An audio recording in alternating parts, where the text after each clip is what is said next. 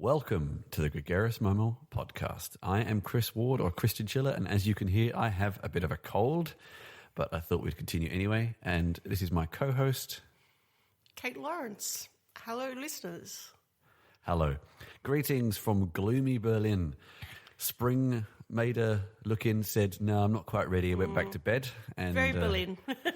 Well, no, summer's usually quite good, but it hasn't really quite kicked in yet, unfortunately.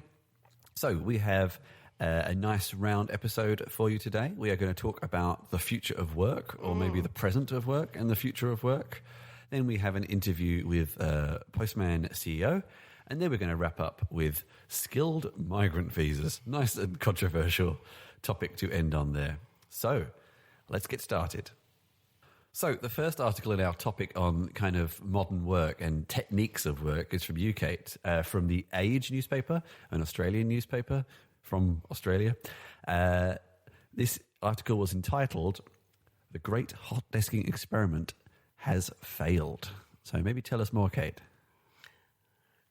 Yeah, look, this was based on some research of 1,000 employees that found that shared desks, or the idea that you could move your desk around, had failed, in that it had a number of problems. They were particularly looking at increased distrust, distractions, uncooperative behaviour and negative relationships, and also a decreased perception of support from supervisors. Now, there has been other surveys that have kind of backed this up, and a lot of the feelings there were things like people feeling a loss of identity. So I guess the idea behind all this is that people like to have a space at work that's theirs. And the idea of hot desking is so, it kind of, there's two forms of it. One is that you go into a workplace and it's pretty much a free-for-all. You have to find somewhere to sit for the day, and that will move around. So you've got nowhere to put, I don't know, family photos or your favourite mug or your, I don't know, your plant or whatever you like to have in an office.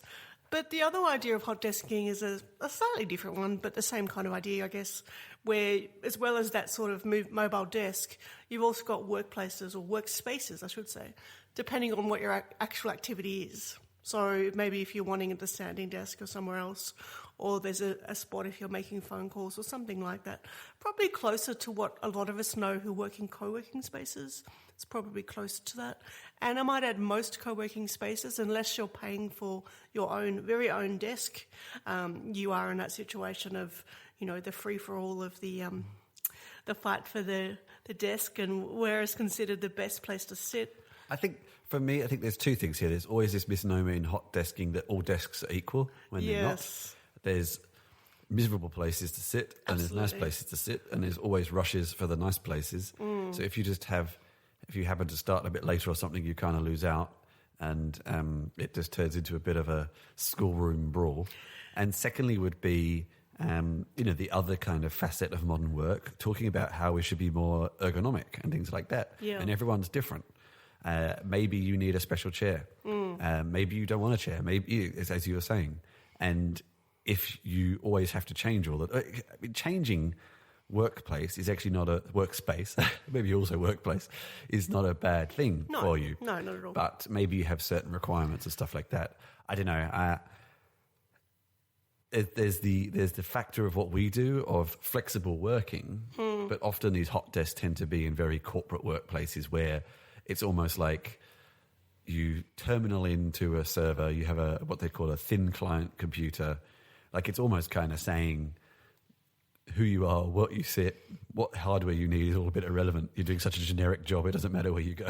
Yeah, and it's a good one. I mean, I know in jobs I've had, it's been an issue. Like, for example, when I've worked at universities, I was always lucky to have either an office with only one or two people, or alternatively my own office, because I saw students for very confidential matters, which required, the closed door and complete confidentiality because you're dealing with people in crisis and things like that. But, when I would visit other people in the university, colleagues, they would not only have the shared office, but they'd have the shared cubicles. So you were literally on a desk with people sitting on either side of it, so facing each other, which I always thought a really odd dynamic. And it was always quite uncomfortable when you'd go in there and you had sort of a student meet with you and you'd be like, well, can we have a meeting space to go and talk in? Because we don't want to sit in this room with someone else. I think there's definitely certain roles where public workspaces don't work. And the other thing I'd note, because working in a co-working space here in Berlin, I still note that the old tradition of German people that, you know, the joke in Europe is that German people will go on holidays to somewhere warm and sunny, and they'll leave their towel at the ideal, what do you call them, deck chairs or lounge chair, whatever, banana lounge. They indeed do the same in co-working spaces. So people will get there super early. Well, and I went for an interview with that same co-working space, and they said, don't save spaces, but everybody does Everybody does it. And, you know, even if you go out for a phone call, you'll leave your stuff there to mark your territory. Well, that's a bit different. I mean, there's going out for 5 minutes, it's going out for 3 hours. Yeah, so it's a funny one. I mean, people still have their point of culture, the way they, you know, want to mark a space and where they want to sit and why. And, you know, I think ergonomics have a lot to do with it as well, because we know most office buildings, particularly those that are older, are quite poorly designed in regard to things like optimal lighting, warmth or cool, depending on the weather. Does it have natural light? Does it have windows? Things like that. I remember being in one office where it was a large, you know, open space that had been put into subdividing walls, I guess you'd call them, little offices. And it was such that the poor regulation of the temperature was such that if you sat in one room, you would be wearing a T-shirt and shorts almost, but the person next door would have gloves on. It's so cold. So I think there's a lot of reasons why this idea of having, you know, the hot desking or the activity-based workstations for people that, you know, are in the same job every day where they do the same thing, particularly working for an employer, they do see it as very, very negative and very... you know, it creates an environment of competition where you're having to fight for where to sit, which is a little bit ludicrous. And I think the other thing I've noticed when people discuss this issue is that where does management sit? Do they all have a nice cushy place where they've got closed doors at their will, or they can even have a nap if they want? I think it depends on the workplace. Or are they sharing the space? I mean, if they're and is that a plus or a negative? Can you speak freely if your boss is sitting opposite? Can I look at cat videos all day with impunity? Yes. If my boss is looking. Very important questions, listeners. You know, someone like me. Okay. So for our next topic. Douglas Copeland was in Berlin last week, and I don't know how we missed that completely. Well, he was speaking at, strangely, an event from Konica Minolta, the camera company. That's what I thought it was, yeah. And I had not heard of it, and he was here last week, which is super annoying because it would have been nice to go and see this. I think it might have been an insider event, which is common in Berlin. If you don't know Douglas Copeland, then he's an author. His most famous works are things like Generation X, J-Pod, Microsurfs, but also a lot of other, like Girlfriend in a Coma, and a lot of other books. I've read, I think we've both read quite a lot of his books. They tend to veer between kind of very Americanized pop culture, although he's actually Canadian, isn't he? Which is interesting. He's actually Canadian, but it's kind of North Americanized, shall we say, pop culture references, or the kind of crazy workplace stuff. I mean, actually, J-Pod, Generation X, and Microsurfs are all actually quite old now. Yeah. They're probably nearly 20 years old as books. So I just wanted to add to that. I mean, the fact he's got a book by the name Gen X. He's considered and Microsurfs when Microsoft were considered more relevant. Yeah. So. He's considered the person that came up with the title for that generation. I'm a Gen Xer myself, so you know, I have a lot to owe to Douglas Copeland, I guess, for my identity. This isn't necessarily about Douglas Copeland. No, this is actually about something he said, and it kind of fits nicely into what we were just talking about before. And we have talked about a few times, and ties in a little bit to the Digital Nomad article that I mentioned in our episode last week that is still available on Envato. Yeah. The sort of the headline is "The 9 to 5 is barbaric," where he basically talks about how the flexibility of work, the kind of job that he has as a writer and a speaker, of the flexibility of work and picking when suits you best and things like that is a much more suitable way of working. for him and for certain types of people. I think that's the first caveat we have to introduce. And that technology, this is not a new mantra at all, but that new technology facilitates this far better than it ever used to, again, with certain sorts of jobs. And that the tradition of the Monday to Friday 9 to 5 is not only becoming increasingly irrelevant, but it's actually becoming increasingly barbaric, which is a strong word. But yeah, I've got a few viewpoints on this, but let's hear from you first, Kate. Yeah, I mean, I've been in a position where I've done the 9 to 5 and I've also done the flexi time, work when you want, in that I've been in positions where I've created my own workplace or work jobs, if you like, with you know, some deadlines set by me, some set by other people, for at least 10 years. So I've seen both sides of the coin. And look, I think first, of course it depends on the role. If you're working in a shop, for example, the shop has to be open certain times. Although this is a case in point, I would add, I think some of these notions of when we want things to be accessible are changing and have changed, particularly for younger generations. For example, the fact that yesterday you were able to get dry cleaning picked up remotely on a Saturday. Before the shops even opened. Yeah, the shops weren't open. But yeah. And then, you know, to give you an example here in Berlin, which is a little different to some other countries. A little behind in some cases on some of this. Yeah. Or differently. No, different, I'd say. Yeah. Well, on average here, places open, like the opening time is a little later. It could be, say, 10 o'clock It's or actually 11. common in Europe. Italy is the same as well, I remember. UK and Australia tend to be a little behind, actually, with that. Often closing it be somewhere between 7 and 9. Yeah. But conversely, on the Sundays, nothing is open. Yeah. With the exception of bakeries and florists and some bars. But there is also that very strong concept here of the Feierabend or the holiday yes. afternoon. Yes. And still, even in Berlin, if I say to people, I'm working on the weekend, they look, why? Yes. And my response was, why not? And they look at you like, yeah, fair point. But it still is this very kind of time box thing is one does not work on the weekend. Yeah, I get people quite shocked because I work evenings quite a lot. By choice, I might add. You know, I don't have to do this. I could get up super early and do my interviews then. But if I'm talking to people in the other side of the world, like people in New York or San Fran or something like that, particularly the West Coast, you know, a good time for them is their morning and my evening. I could do the opposite, of course, but I'm not a morning person, and then have to put up with me squeaking on the phone and croaking and not sounding terribly cognizant. So this is kind of, I mean, what he says, he's preaching to the converted in some respects. His audience is likely to be digital types, Gen X's, millennials, etc. And we obviously fit into that bracket quite neatly. But I think my issue with this kind of conversation is that often it assumes a bit of a privilege of people that are able to work in those sorts of environments. I agree entirely. And there's still a lot of work that has to be in a particular location. Absolutely. For the foreseeable future, serving in cafes, working in hospitals, being a police person, etc., etc. You have to kind of be in a particular place to do that. You can't do that remotely yet. Kate is waving frantically at me. She has something to add to that? I do. This is quite a little side note. It's quite a funny story. A very quick one.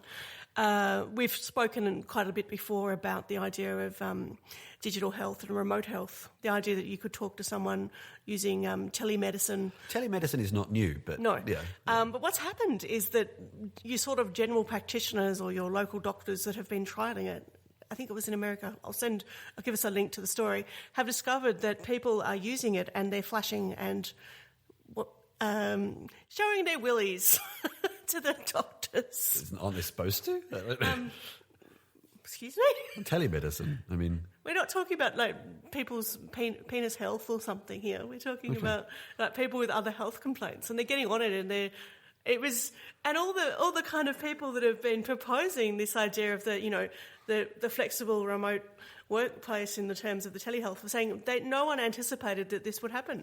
Everyone's a little bit shocked, and it's quite funny to observe. Like, give someone an opportunity to show their penis to someone else, and they take it. Seems to be the unfortunate. And they're paying for the privilege, I might add. Like, really? Oh, anyway. Okay, that was a slight tangent, but yes. But a funny one. And I sort of worry about this because there's still a lot of people who don't work in these sorts of workplaces. Agreed. And there is this sort of often, we exist in a bit of a bubble. Yeah. I'd be interested to know what people who are tradespeople or workers on building sites and things like that, how they would react to a post like this because their work has not been affected that much yet. Or people that work nights because that's when you have to do certain things. Like if you're a baker, you have to get up at 2 a.m. or whatever to have the bread ready for the morning.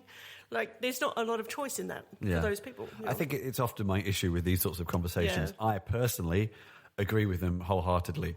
I personally have the privilege and the choice that I can work whenever I want and I get paid for when I work and that suits me fine. Suits me down to a T, actually. But I am very cognizant of that. I have a privilege in being able to do that. And I sometimes feel like we have a tendency to just jump around and think that applies to everybody, and it doesn't. So it's an interesting article, but I would say, firstly, A, he's saying it from a position of privilege himself. Oh, absolutely. B, actually, I would also say what he's saying is not anything particularly new. But he's been around for a while, so it doesn't mean his ideas aren't new just because they were said last week. He may have been thinking them for a while. I would add one point, though. I think that we are going to see because we're seeing a growth of people that are working in hours that aren't the 9 to 5, we will see a growth of people expected to take on more of the care roles. Like, not only childcare or, children in the home, but also older parents as parents age or family members with disabilities. I can see a lot of that. Traditionally, the burden, if I can use that word, has been mothers staying at home who've done it rather than work. But we know now we're in an economic situation for most people that both parties in a household have to work. And I can see people on flexi time or, beyond the 9 to 5, whatever you want to call it, so that they can do the carer role the rest of the time. And people say, oh, well, you're not really working, you can just look after someone. When it is, you're still getting as many hours work done, if not more. This is actually a whole other conversation. I didn't add it to the list, but now you've mentioned it. There was an article I read last week, I think, about that millennials, and I also discovered I'm a year short of being a millennial, so whatever that means, I have no idea. So what are you, a Gen X? No, I'm actually 1 year early for being a millennial, apparently. What's the other one? I don't know. Gen Y. Maybe I got it wrong. I don't know. Who knows? Anyway, these things are very arbitrary. True. They're not necessarily going down the path that people are expecting. Just because they have this flexibility, everyone assumes, women won't want to have children anymore, won't want to have families, and because they don't have to anymore and stuff like that. And actually, there's still a lot of tradition in the generation, more than people expected. Yeah. Which, I don't know. Anyway, let's move on. This is a big topic in itself, which is, I think, our favourite phrase on this podcast. Rounding off this theme of flexible ways of working and things like that, here's one I think Cate posted. It's certainly not posted by me because I am terrible at getting up early, if that makes sense. I'm not very good at getting up late, even though I want to sometimes. This is an article on entrepreneur.com. Sleep in and make millions. Why you don't need to wake up at 5 a.m. And I'm hoping this, Cate, is about how I can either get robots to just do my work for me or I can get real estate and earn money whilst I sleep. I'm hoping it's about that. Not quite. Okay. But hey, they're both good ideas to be discussed. Look, basically it's challenging the idea that to be a successful entrepreneur, particularly for younger entrepreneurs, you need to get up super early and be on the job or doing yoga or drinking a smoothie or whatever you do, so that, the idea that your best work will be done before the sun comes up. And this is an idea that is particularly peripheral or proliferate, I should use the right word, on medium.com. I seem to constantly see articles about this. But this ties a bit back to what we were talking with Paul last week. Yeah. About how you get so many contradictory opinions on diet you should do, sleeping patterns you should do, exercises you should do, attitudes you should have, and they're also completely contradictory to each other. I think you have to just figure out what works best for you. The tenet of the article is they've interviewed a bunch of successful business people and entrepreneurs, and they've all said, look, we get up at 9 or we get up at 8 or what have you, or later, but the work is done, we're well organised, we maximise our time, we use pockets of time when we're most effective to do those jobs that require that attention or that focus. And I think it's true. I mean, I think particularly for those of us that aren't working at 9 to 5 or kind of structured shift who have to move around a little bit, you do need that flexibility. Yeah. I think, again, it links back to the last article, of course, in that if you have the luxury, this is the thing. Yeah, so this talks about, I work better at 8 a.m. I work better at... It's like, well, if you actually have the luxury to be able to get up whenever you want and start whenever you want, great. Of course. If you have to start work at 7 a.m. and you're not a morning person, that's... You get used to it. Tough for you. But I might add, I mean... This is the other thing I notice about a lot of the kind of singing praises of the early risers is they never seem to go to bed any earlier. No, I get up quite early, but we still go to bed at the same time. So you're constantly getting a lot less sleep than I, in terms of hours. Men tend to need a little less, especially as you get older. Sure. And women tend to need more. I can't actually remember where I got that from. It could be complete fabrication, but I'm not sure. Yeah. I think it varies from person to person. But I think that is basically the crux of the article is do what works for you. Yeah. Make yourself, and this again ties back to our podcast last week, so have a listen if you didn't catch it, about optimize yourself to suit yourself. Absolutely. Really, and whatever works for you. We had friends in Melbourne as well who had worked no more than 6 hours a day because they said that was when they were most optimised. And again, this comes back to the modern workplace. I think, to me, one of the issues of the 9 to 5, on the Monday to Friday, 9 to 5, 40 hours a week, whatever, is actually when you do that, there is quite a bit of time built into that where they know, and people are doing nothing. Oh, God. They're making coffee, they're watching cat videos, they're faffing around. Well, they're talking chatting to their colleagues. Exactly. So actually, the 9 to 5 is a very inefficient system.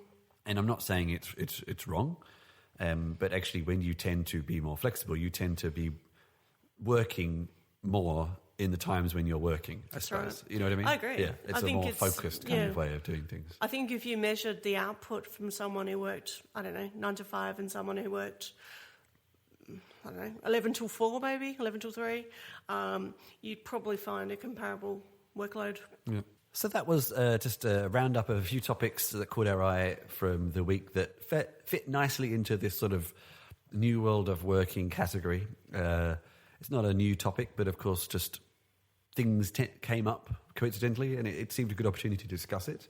So now we're going to take a quick break for an interview with, and I'm going to try very hard to pronounce the name correctly, Abhinav Asthana.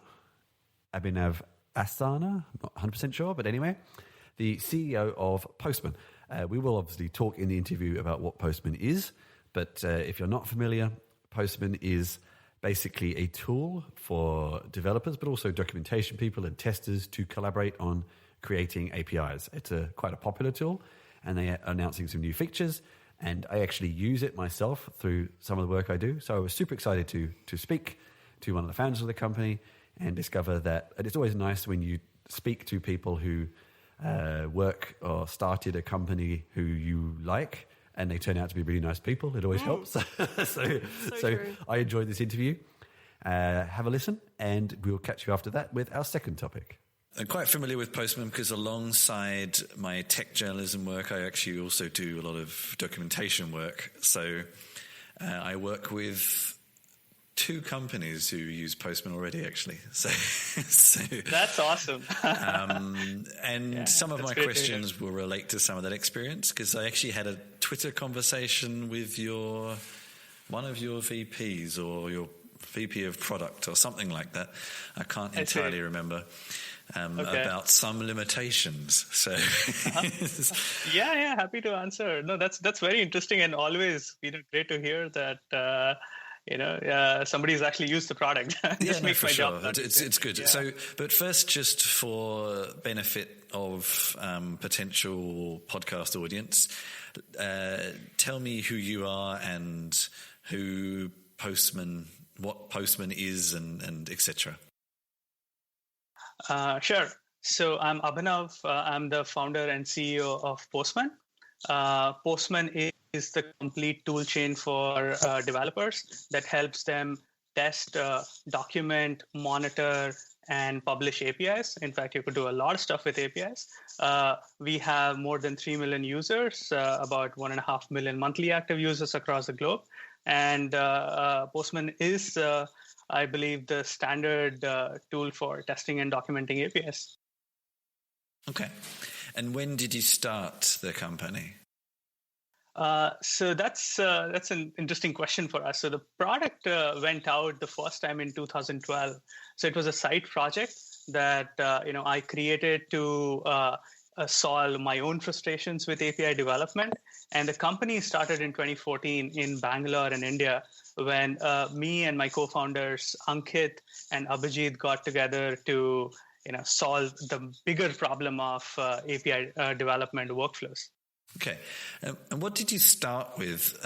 Because you've kind of got a multitude of pieces of the puzzle. You had the Chrome extension, the desktop applications, the platform.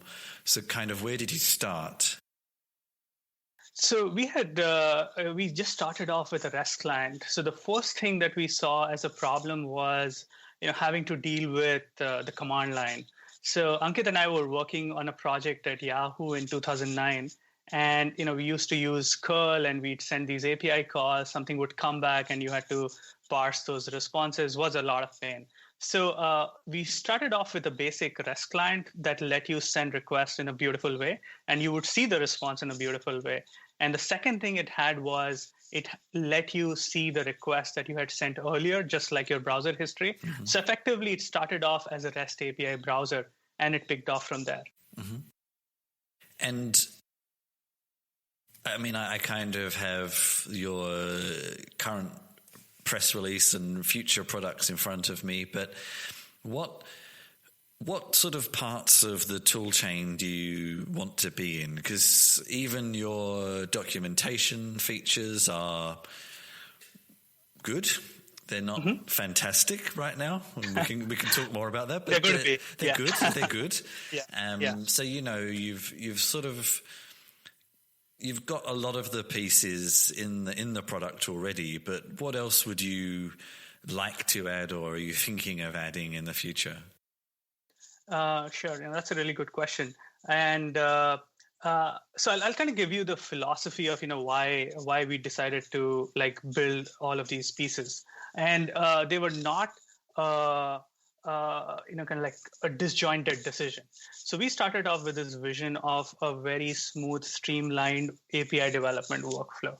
So you start from designing an API, documenting an API.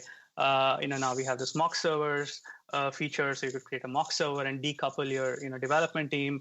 You have testing and you have monitoring, and eventually taking this out in terms of published documentation. So in 2012, when we started Postman, and eventually when we formed the company, we saw that all of these pieces are very disjointed.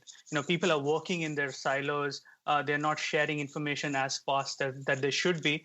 And the tools themselves that they're using, right, they're not really well connected.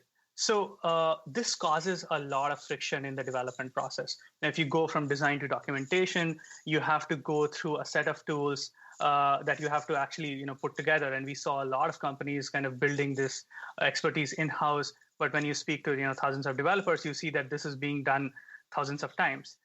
Similarly, for every other step, I go from testing to monitoring, there is a lot of friction. So what we saw as the core problem here was, people need tools to talk to each other. And secondly, the platform that they're using needs to be tuned for this workflow. Like the platform needs to be built on a layer through which information flow across these silos is really, really smooth.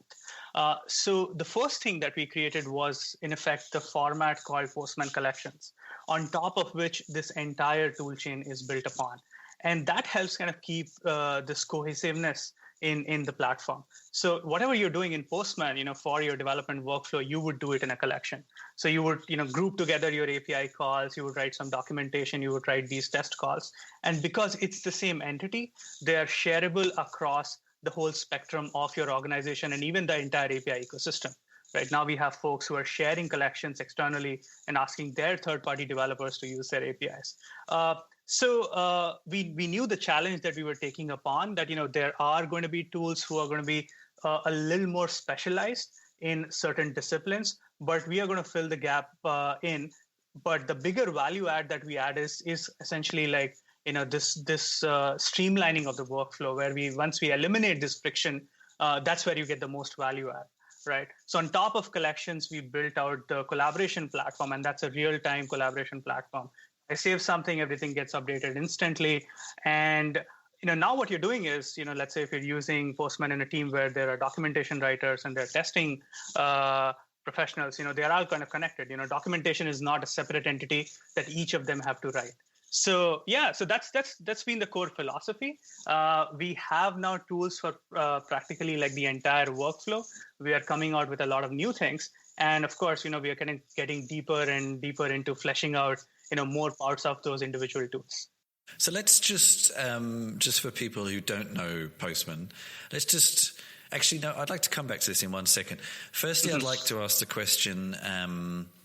Why did you decide to go for your own format and not use something like the open API formats like Swagger or API Blueprint or something like that? Right. So when Postman started out, right, these formats were very new. Okay. Right.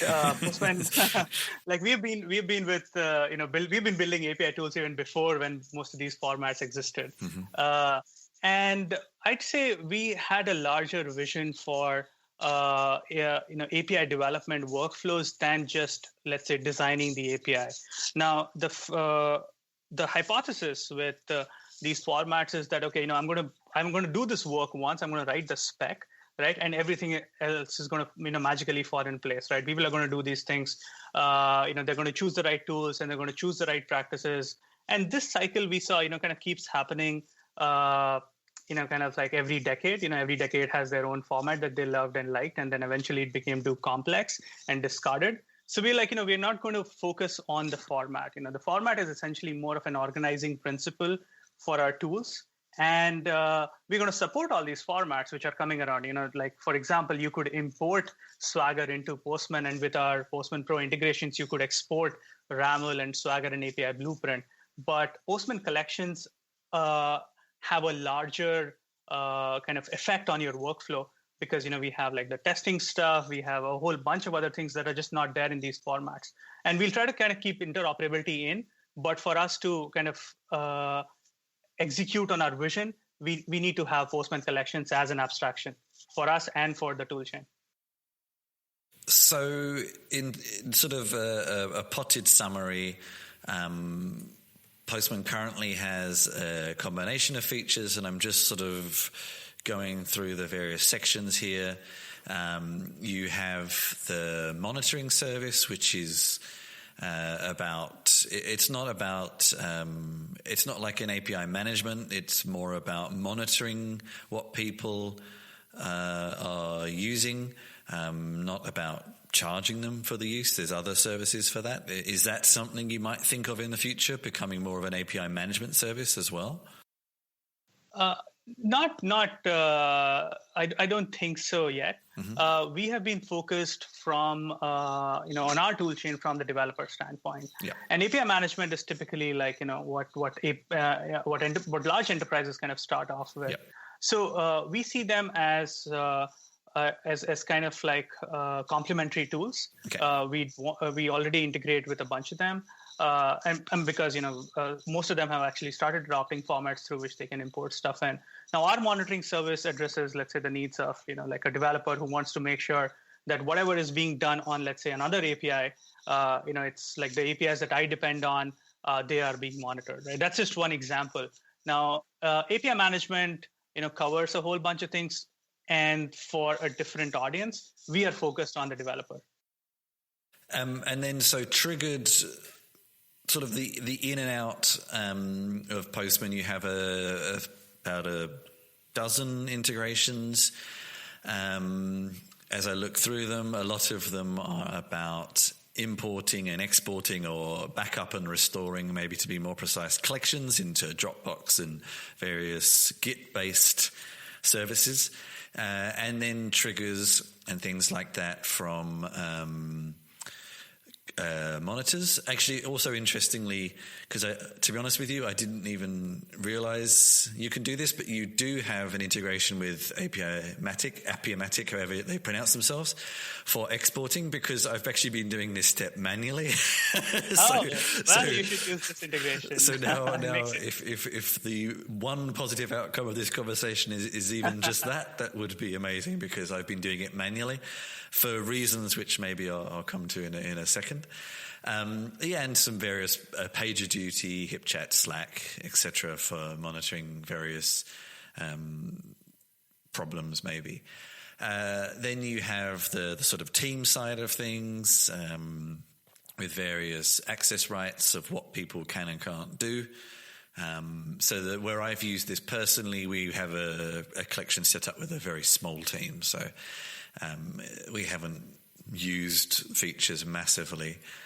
I would, of course, highly encourage that.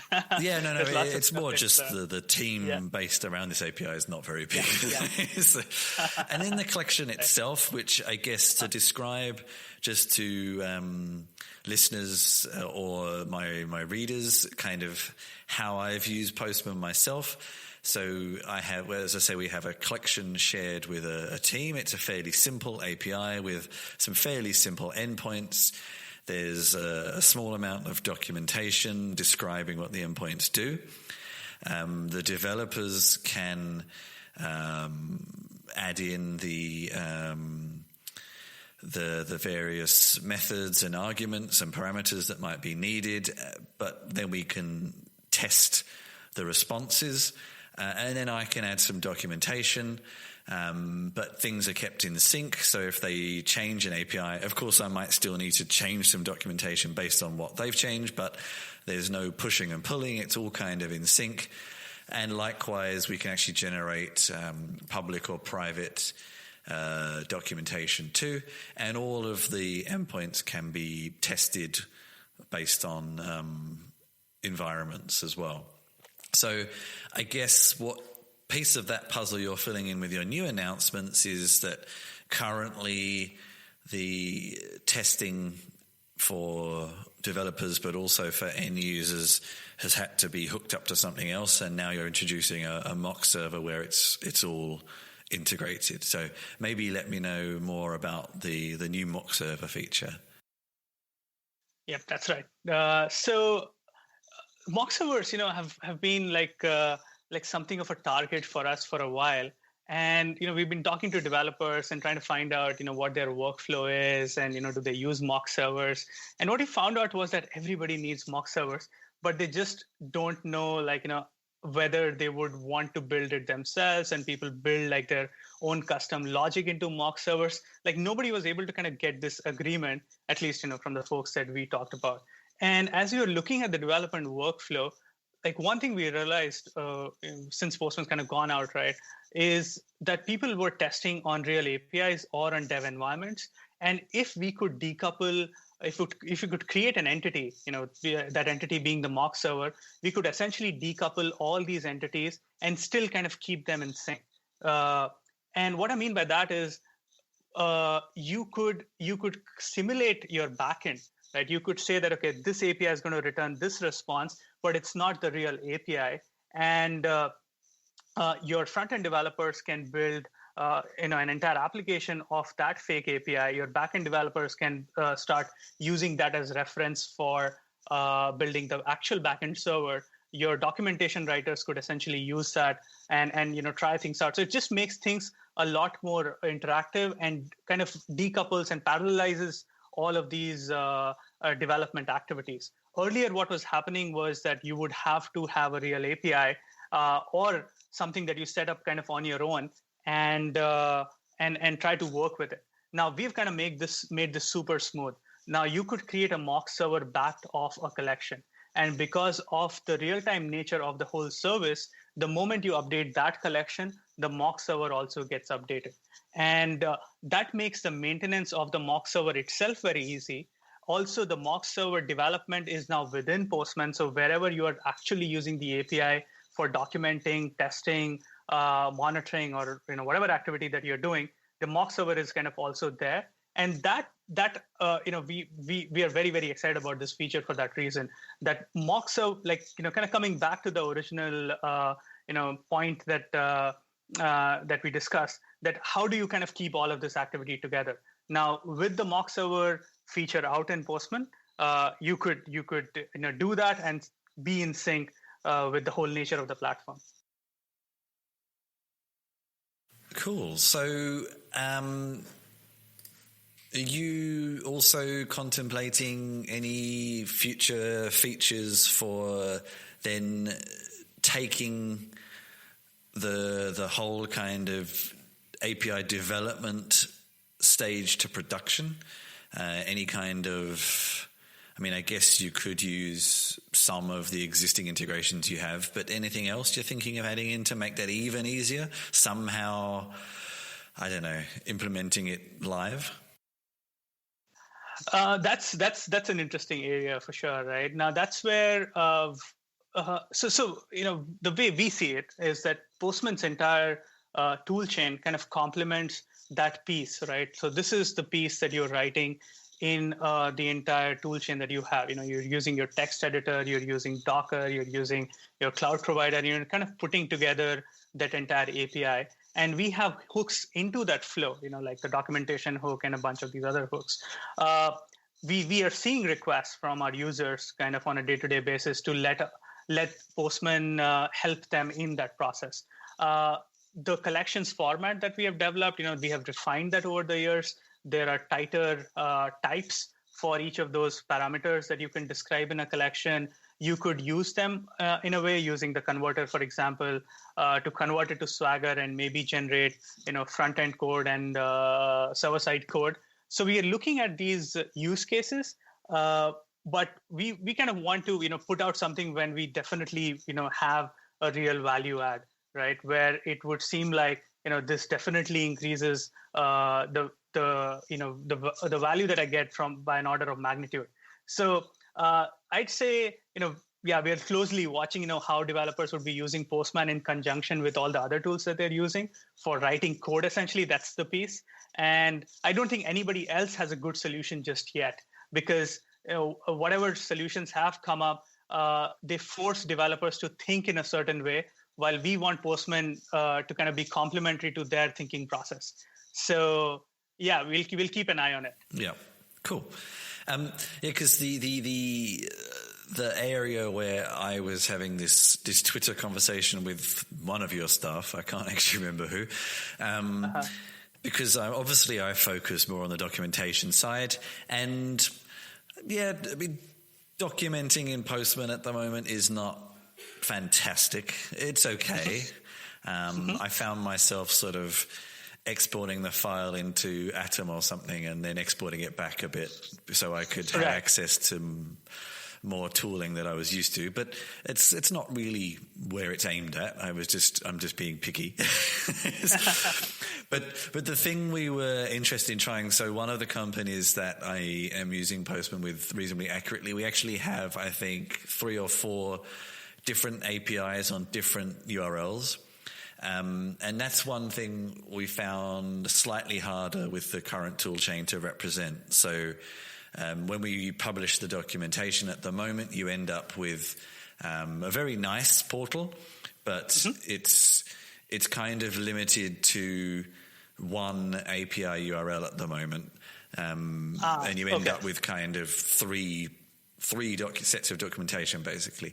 So I was kind of asking about the idea of making more of like a dev center and mixing mixing things more cohesively with other content. And whoever I spoke to said, a nice idea, thinking about it, here's a workaround in the meantime. Okay. So actually, that's more specific, and I can answer that with regards to our current roadmap. And we have a lot of stuff coming up there. So a bunch of things that we are working on is to represent larger and larger APIs very effectively in Postman, right? So one of the things that people run into is that when you have lots of endpoints and lots of APIs, your rendering performance for your dev center or your documentation, whatever you might want to call it, kind of goes down. right? So we've been optimizing that a lot. And this is leading up to a feature that we call multi-level folders in collections.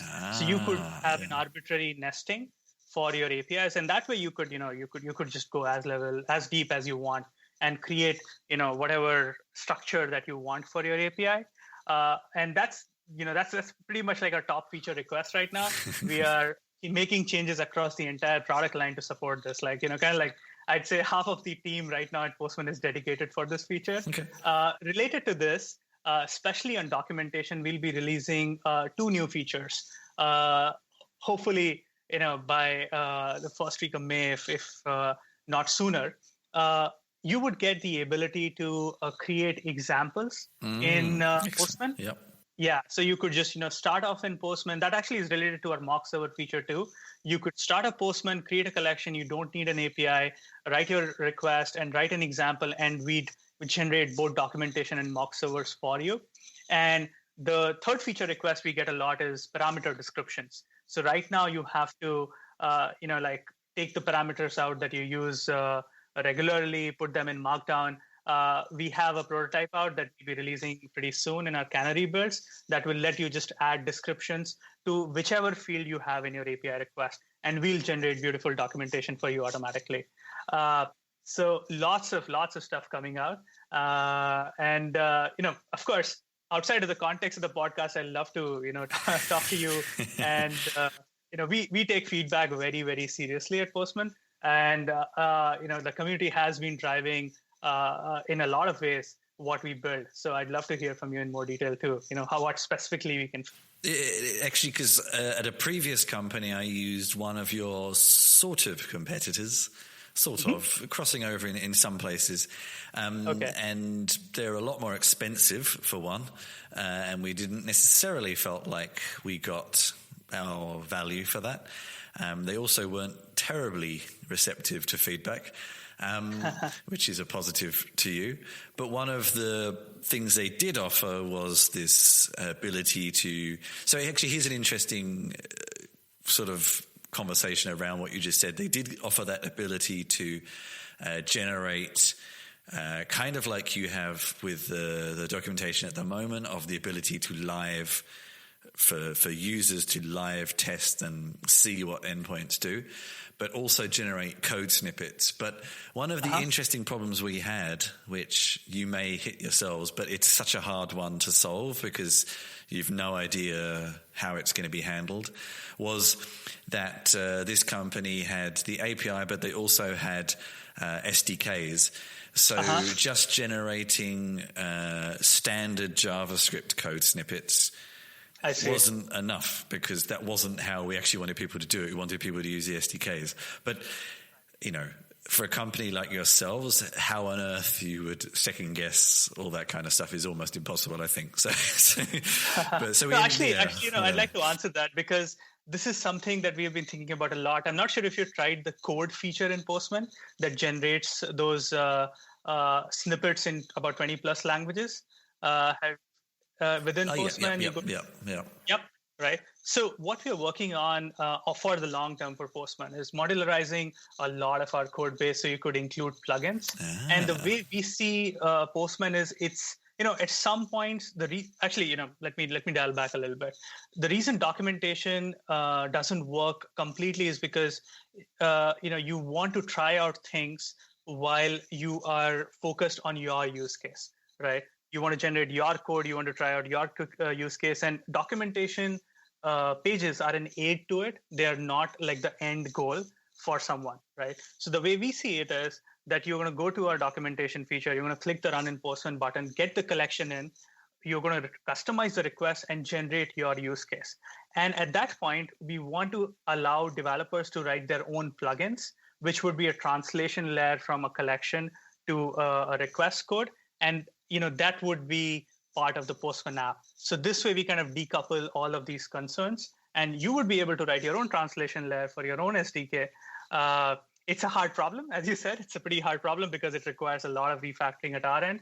But yes, that's what we eventually want as a long-term goal for us. Because we would not know all the languages and all the SDKs in the world, right? at some point we have to give the flexibility to developers. That would be super cool, because I think even Swagger kind of has something a little bit like this, but it requires lots of configuration and in some very strange sorts of...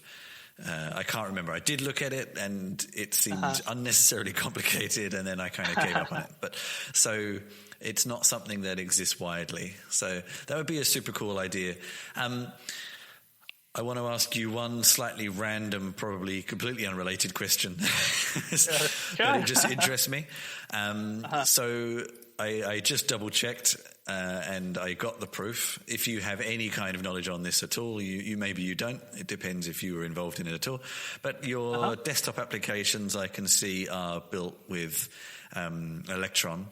That's right. And so how have you found working with that? Has it been really fast and useful, or have you found it caused you problems that you wish maybe you'd just gone down a completely native path, or how have you found the experience of using Electron?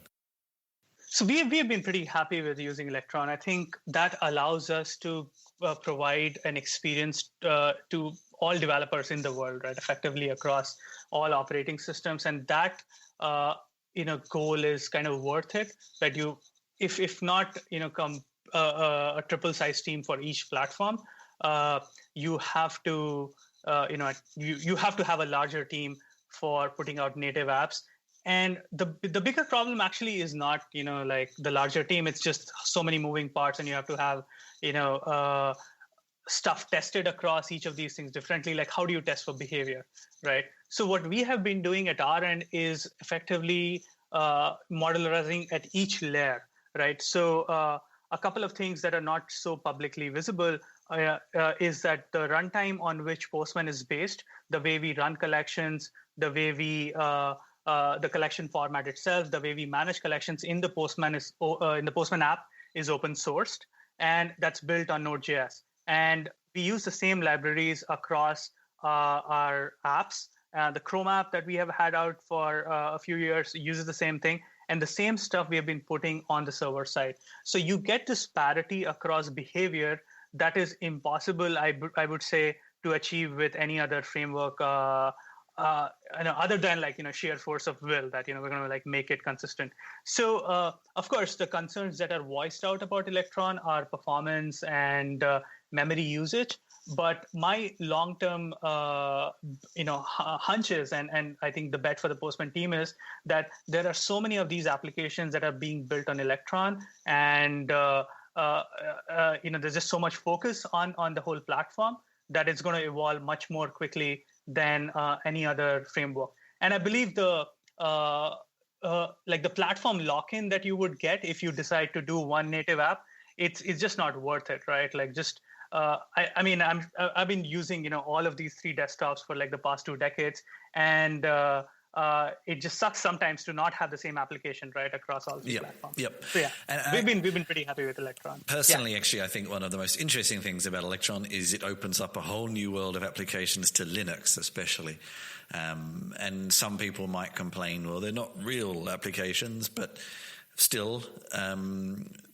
It opens up some much nicer graphical applications to the Linux platform, where often native applications have been, to be blunt, a little bit ugly.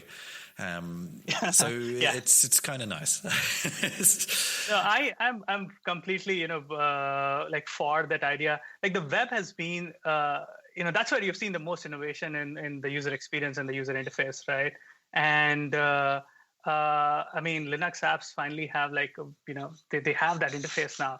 So there are, of course, problems that one has to optimize for. You need to look at the user experience and keyboard shortcuts, but you're not wedded to a particular platform for years. And that's a small thing to add. I have done some experimentation myself, and it's a pretty good platform for that. But anyway, we're not here to discuss GitHub's. So obviously you've already mentioned quite a few new products, announcements, roadmap features coming forward. But just to wrap up, is there anything else that you want to mention that you haven't covered that you want to make sure people know that you're up to over the next few months? Sure. So one of the, the one thing that I would like to mention, other than the feature set, is our enterprise offering that's in beta right now. A lot of developers have been asking us that, we want to use this product in an enterprise environment, and we need certain features like single sign-on and audit logs. And that's something we announced in beta just yesterday. And we'd like more and more developers to use it and adopt it across their organizations. And of course, on the enterprise side, people will see a lot of other stuff too. Cool. Well, that is certainly a good and timely thing to mention. If it was only yesterday, yeah, fantastic. Okay, thanks very much for your time. Good luck with the future, and yeah, please keep me up to date with some of the things we mentioned, because I think. Whilst what we've covered here is of interest to me, some of what you mentioned is of even more interest to me. So be interested to see some of that in the future. Welcome back, and we hope you enjoyed the interview. So now we're going to talk about the issue of skilled migration and skilled visas. We're looking at a couple of articles this week. I think you've got one first you wanted to bring, Chris. I'm not actually 100% sure who listed. I think it might both be from you, but we were discussing it earlier in the week anyway. Obviously you're probably aware, the audience, you're probably aware of the changes in the US. I'm not sure if they've actually, have they happened yet? No, they haven't happened quite yet, or they've just happened. Anyway, he wants to change skilled visas to restrict migrants, etc., etc. And in a classic copycat move, Australia decided to do the same thing. Now, interestingly, because I know we both have sort of different facets of experience on the Australian perspective, because you used to work a lot with international students who often be on these visas and have some opinions on them that people may not expect. But also I, as a migrant to Australia myself, went through a similar process and decided to go down the marriage path. But I could have gone down the skilled migrant path reasonably easily. True. But anyway, let's maybe start with the Australian perspective, because a lot of people already know about the US one, and it's also one that I think we could talk about more. Yeah, I mean, the Australian perspective, or the Australian regulations, are not dissimilar to the US. It's not the easiest place to move to, despite what you might see if you watch shows in the UK that about all these people wanting to move to Australia. There is, in fact, a list of what they consider skilled workplace jobs where they need people and where they say these jobs can be filled by foreign workers. There is also a list of qualifications as well for people that are studying. Let's maybe pull up that list. I'll see if I can find it, because it's worth possibly going into some detail. We found a tweet here. Source of all knowledge. I'll try and make it a bit bigger. So these are occupations proposed for removal from what in Australia is called the 457 visa. That's right, 457. Yeah, and it's interesting. Like, I'll read some of them out. Yeah, and I think you should. I think these particular skills are based on the idea that there's enough people doing these jobs in Australia who are Australian, or conversely that the careers perhaps are not as in demand. That could be the other one. So I'm just going to pick a few. We have goat farmer, public relations manager, policy and planning manager, project builder, a wholesaler, procurement manager. Railway station manager. Bed and breakfast operator. But also for the furries, also a boarding kennel or cattery operator. Cinema or theatre manager. Actors and musicians. There's actually a lot of there's some more here, what you might want to call the arts. Air traffic controller I find interesting. Radio journalist, they're ones I find more interesting. Working in shipping, lots of engineering jobs. Yeah. Chemical engineering. I'm surprised about the engineering one. Industrial engineer, production or plant engineer, food technologist, author, interesting.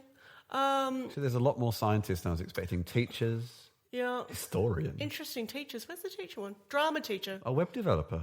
Okay. See, my actual perspective on this was going to say that a lot of those sorts of roles would probably remain, but I'm actually quite surprised to see which ones have been removed.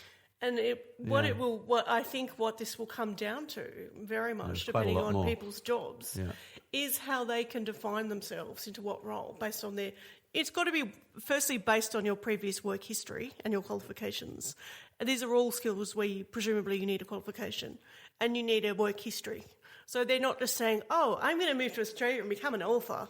No, it doesn't work like that. You've got to have books published. You've got to have evidence that you can make a living from doing it. So before we go into the possible kind of the potential effects of this in terms of our industry anyway, I'd just be interested if you could tell me some of the things, and I'd like our listeners to try to be a little pragmatic when Cate explains this, because she has some balanced experience of this. Cate used to work a lot with international students in the university sector in Australia when the 457 visa was generally easier, shall we say, to get. It was. And you have some experiences of how sometimes the outcomes of that sometimes. Yeah, I mean, I worked in both the tertiary, which is the university or the college system, but also the TAFE, which is more the technical schools. And I would see, basically my role as an advocate was I would see students when they'd got into trouble. So when they were failing or they had some type of problem. And it was interesting because you would see the way it worked in Australia was if you chose to undertake certain paths of study, like some of the technical courses, then you could get a visa and eventually get a residence permit. And some of the courses, it was quite interesting. Like you had things like drug and alcohol studies, welfare studies, community services, roles where you would think that you would need a certain amount of lived experience, or because usually you have to do some type of interview if you do them, at a higher level.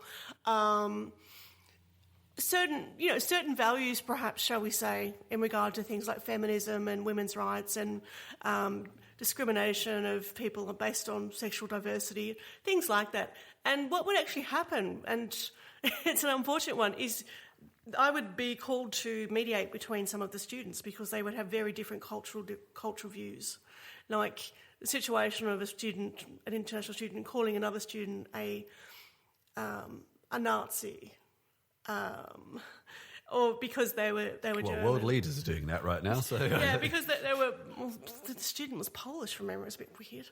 And the other student was gay, so there was this kind of counteraction, quite messy. Or you would get people that perhaps were coming from situations where I'm trying to be, I'm not trying to pinpoint everyone in the world, but if you were going to say work in a domestic violence service. Hypothetically, shall we say, you would assume, firstly, that you would be a woman, but that's not always the case, of course. But secondly, you would assume that you had pretty strong views on women's rights. And to be fair, you can learn some of this stuff if you're going in. But some of the students, when you met them, they would say things to me like, well, I only want to see a man. I don't want to see a woman to help me. It has to be a man. I'd be like, really? You're learning what? That was quite challenging sometimes. So this is actually the interesting thing with a lot of this has been bandied around the Australian news, but also it's obviously come up in the American news and it's coming up in the British news. Although I don't know, their system is a bit more complicated, and that's because of some of the reasoning for Brexit. But that still is applying for the next few years, of course.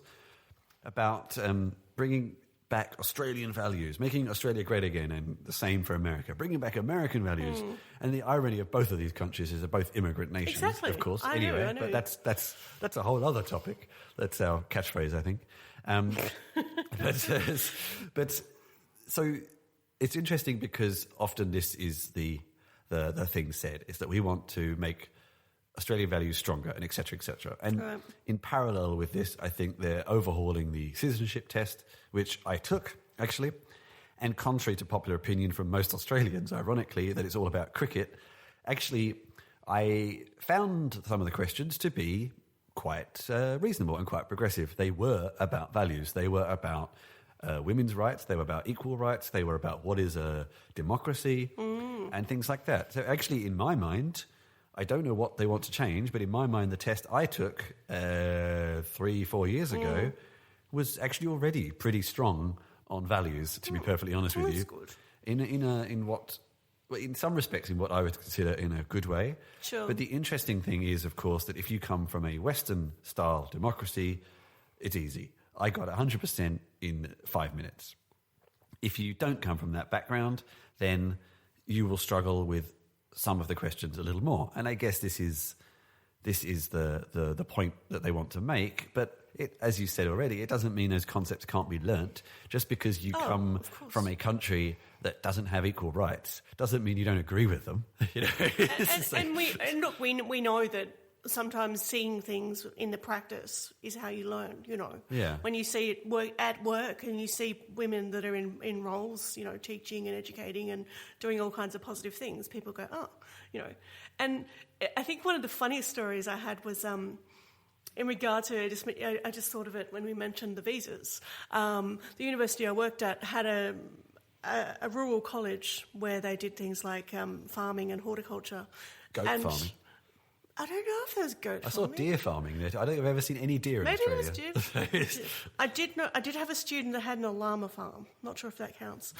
But she wasn't studying that, by the way. Something completely different. But there were always... One of the things on the list was horticulture. And they had 200 people sign up for this course, international students. And they put in all these staff, they went out there, and the students all dropped out, the vast majority in the first week, because they didn't actually know what horticulture was. I see. Yeah. I think there's obviously, are obviously in every system, there are people who abuse it and there are people who use it validly. Yeah. And it's a very thorny issue to discuss in great detail because there are obviously people who come from certain cultures that initially maybe don't match the attitudes needed for a certain role in a different culture, but that doesn't mean it can't be learnt. And generally it can be demonstrated already. You know, if you are suitable to apply for a skilled migrant visa to be a domestic violence counsellor, then you would hope that in the interview for that, you could demonstrate that. And where you're from and et cetera, is somewhat irrelevant. You know what I mean? I agree. But I think, the university systems in Australia didn't help because they made a lot of money out of bringing people in through courses to then go for these visas who weren't necessarily the most suited. So in some respects, a lot of the blame is at the over-commercialised education system. I agree. They were cash cows, basically. Exactly. Yeah. And I think it's typical with a lot of these sorts of things is that something or someone ends up abusing a perfectly reasonable system and then the wrong thing gets the blame, you know. And I would add something to that. I mean, there are plenty of examples where students have come from other countries or other cultures, however you want to put it, and studied something that's quite different to what their culture is back home and done extremely well. I have many, many, many examples of that. Yeah. I'm certainly not suggesting this is all students. God, no. The flip side of this topic, which is kind of actually what this article that we're linking to from news.com.au was about, is that whilst, there may be certain roles on these skilled migrant lists that A, are not really needed anymore, B, people may be less or more suitable for. There are a lot of roles, and as we already said, we went down that list, I'm quite surprised to see come off. Yeah, because, so the headline of this article is the 100,000 job no Australian is qualified to do. And this is not that uncommon, that often these policies are about more jobs for locals, but there actually aren't enough qualified locals for the jobs. That's the point of these programs in the first place. Exactly. And I would almost support them, these rolling back of these programs more if, in collaboration with them, there was better education to fill those roles. But often there aren't. That's an unfortunate hard fact, is that it's saying more jobs for locals, but then they don't give the locals any more opportunity to get those jobs, which it's a more long-term thing to change, unfortunately. It's easy to say, less migrants, and we go, yeah, well, people who support that kind of policy. But saying we're going to educate you better for a new role, that isn't something that happens overnight, unfortunately. That takes a little bit longer and is harder to set up. Yeah, it's a long-term vision of education, and as we know, Australia historically, over the last few decades, has substantially decreased their investment into higher education. So that or it's become very commercialised. It's commercialised so that, paying students will be able to prop up the rest. And, most courses are have increased in fees. So it's not as expensive as America to go to university, but it is a substantial contribution. Yeah. But I mean, the biggest thing I got out of the article though is that the reality with tech in Australia, in particular types of technology, I don't mean every vertical or every kind of facet of technology, is that some of these areas, Australia is quite slow in terms of coming on board. And I'm not even going to mention the NBN because that's, Actually, I would sort of agree and disagree with you in certain cases. Like the government, yes, which is the NBN, so the National Broadband Network, is a government-mandated program. They are slow. Australian tech people actually tend to be reasonably well educated historically. I'm not sure about the current generation, who knows, but historically they're quite well educated. That's true. But I would actually say the bigger issue is that Australia you can get quite well paid. That's even not the issue too. The issue is that the sector is too small. That's my next So statement. a lot of skilled people leave because they want to go to more glamorous places. Exactly. And that's why there's a skill shortage, because they generally actually go to America, which is...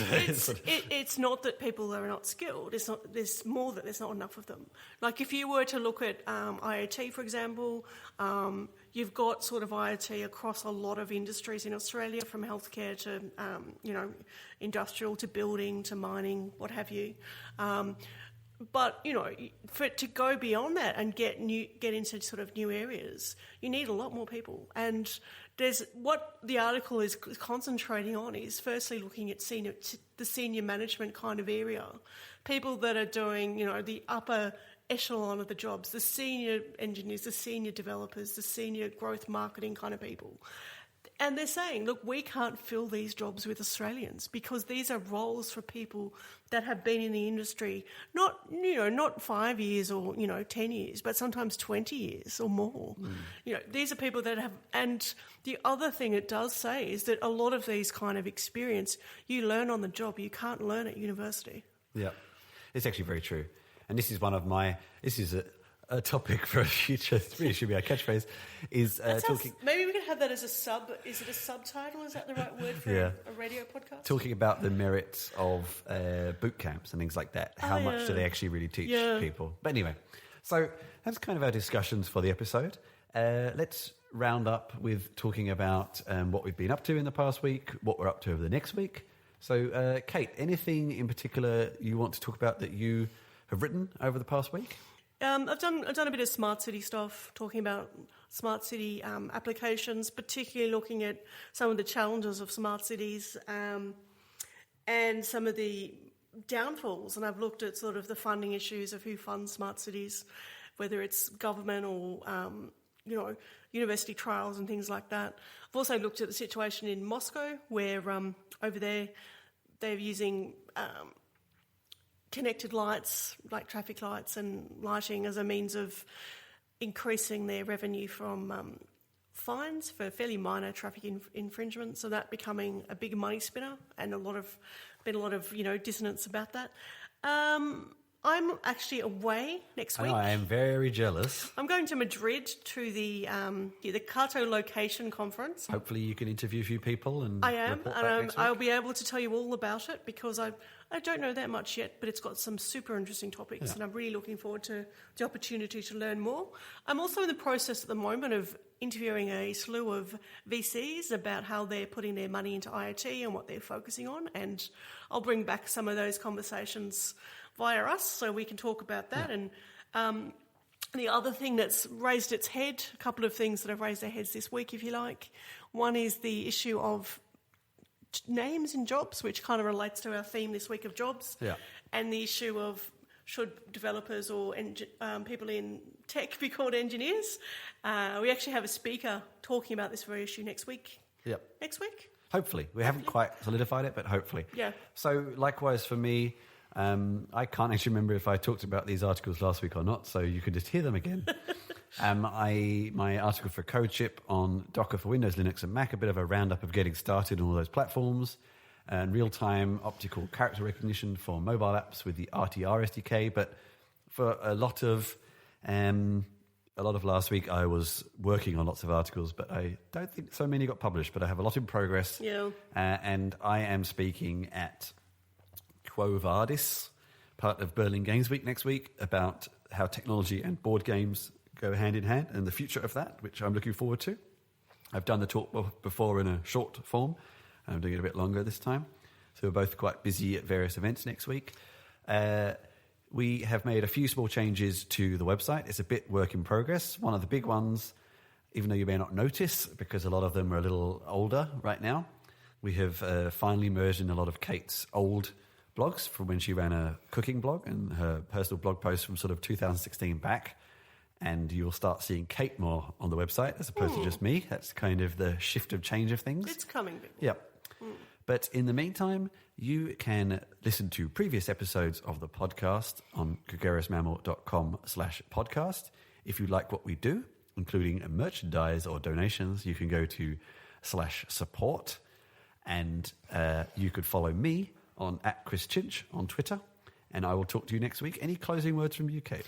Yeah, I would really like to encourage people to come forth if they have opinions on what we talk about, if they want to discuss any of the issues that we've raised, or you've got evidence to the contrary. We're always really happy to have a bit of robust debate on the gregarious mammal. Or alternatively, maybe you're in a workplace and you think this is all sounding kind of interesting. Maybe you want to get interviewed yourself. Exactly. Contact us through the website or on Twitter. Yep. What's your Twitter handle, Cate? Cate_Lawrence. That's Cate with a C and Lawrence with a W. That's your catchphrase, isn't it? I know, it's a great one. It's been an episode of catchphrases. Oh, yes. So